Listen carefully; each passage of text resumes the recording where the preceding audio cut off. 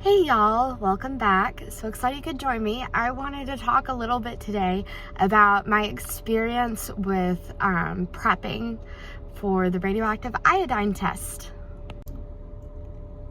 I am definitely not a medical professional, so this is just my own personal experiences that I'm sharing. But so the radioactive iodine test is something you take if there is suspicion that you have nodules on your thyroid. After ultrasound and several rounds of blood work, it was confirmed that this was what needed to be the next step, as it looked like I had some growths, but my blood work was being kind of jumping all over the place. So this was narrowed down as what needed to be the next step. When they scheduled the test, there is so much paperwork of what you can't do for the couple weeks leading up to the test. It's definitely a little daunting. My absolute best advice that I was given and that worked for me was go through all of the paperwork and really break it down for yourself, what it's going to mean for those couple weeks as far as dietary restrictions. And there are certain medications you can't take at different time periods before the test too, and supplements, because you don't want to have to continue the dietary restrictions because you miss something on what you couldn't take with medication. The diet is by far the biggest hurdle and makes those couple weeks just drag by. There is so much that is part of our daily diet that you're not allowed to eat. So my suggestion and what worked best for me is just don't eat out.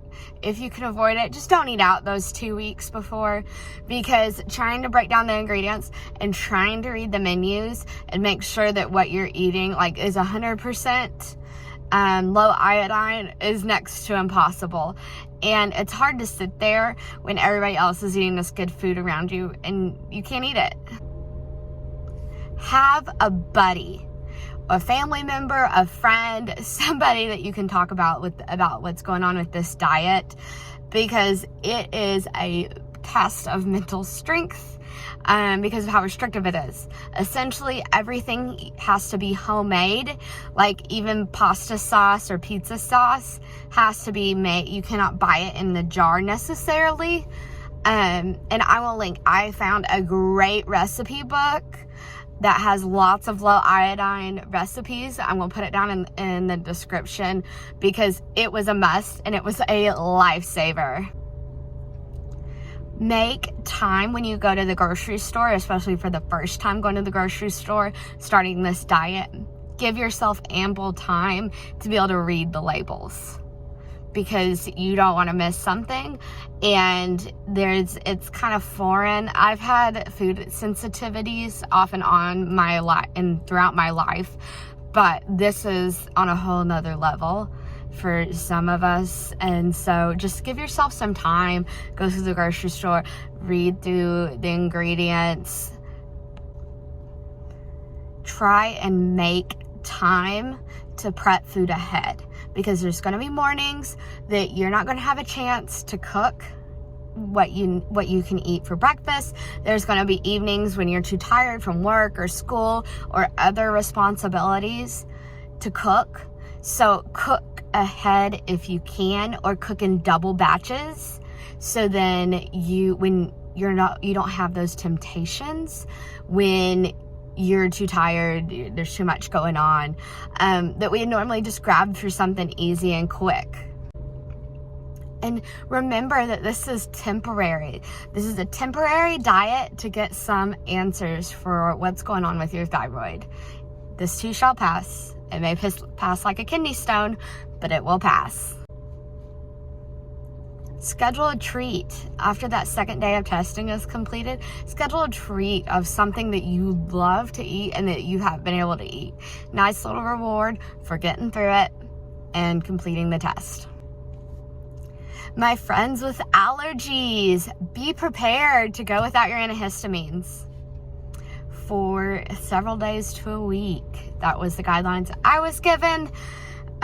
Could be different, but that's doing my own research online. That was kind of what it seemed like was the standard. as it can mess with what your thyroid intakes. So be prepared. Thankfully, I was doing mine in the winter and there was not spring allergies, but still, can't always time it that way. And ask questions from the nuclear medicine folks. Ask them questions. If there's some medicine that you're not sure about if you can take, it's so much easier. Give them a call, double check it, because you want this to go as smoothly as possible and have an easy experience. It's already a confusing and trialed time. So absolutely ask them questions. I had a couple of generic meds that I wasn't sure about, and they were awesome. Just give them a call and they were able to give me the green stamp of approval. And also make sure to read the supplements that you can't take, because a lot of us, including take a multivitamin daily, and some of those supplements could be in there. My next video, I'm going to make my must-haves for food and drink-wise that I found during these 2 weeks for me and then my husband. It's just us in the house. He ended up doing the diet with me and found that we both really enjoyed and loved, that really made it the 2 weeks as easy and as tasteful as it could, because want to definitely share those. But these are my few tips on how to make the preparing for radioactive iodine test as smooth as possible. I'm sending lots of love, and I hope this is helpful. Talk to you later.